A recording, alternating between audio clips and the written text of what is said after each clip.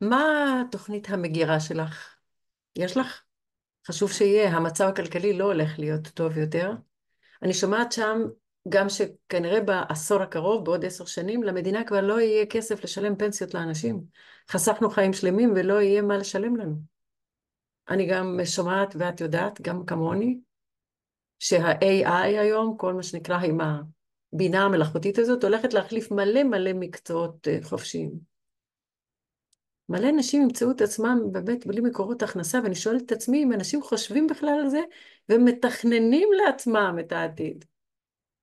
אני לא יודעת מה הפלן בי שלך, אני יודעת שאני מצאתי מודל, ושאני עובדת עליו כבר תקופה לא קצרה, ושאני לשמחתי הולכת ובונה נכס, בעצם עסק שמאפשר לי להרוויח כל חודש כסף, אבל לא רק זה, אלא איזשהו משהו שהוא מנגנון, שמאפשר לי גם להמשיך להרוויח עוד שנים קדימה. לא, ואני לא מדברת על השקעות, לא בקריפטו, ולא בנדלן, וגם לא בבורסה, וגם לא לטווח ארוך ולטווח קצר.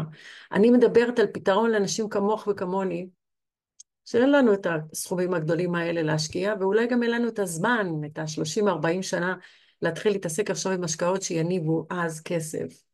אני מדברת על פתרון לנשים כמוך וכמוני, שכבר עשינו דבר או שניים בחיים.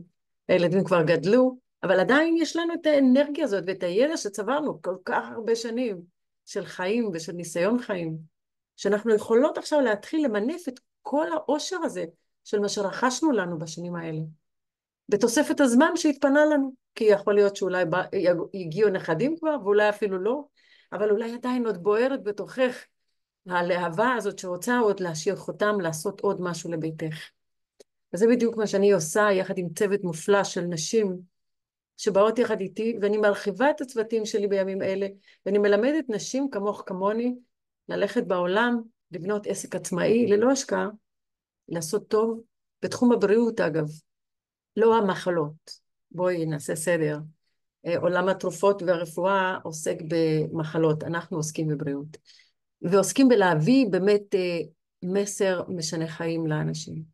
אז אם משהו מכל מה שאני אומרת כאן, ואם את באמת בגיל הזה, שכבר פנויה מספיק, ויש לך עדיין את הלהט הפנימי הזה להתחיל משהו, צרי איתי קשר. אני מאמינה שנוכל לצאת לדרך משותפת שיכולה להיות לך משנה חיים. יהיה בה שמחה, פרנסה, התפתחות אישית ומלא בריאות. אז אני מאחלת לך, מחכה לשמוע ממך. מי ייתן? אל תהססי, הזמן הטוב ביותר זה עכשיו.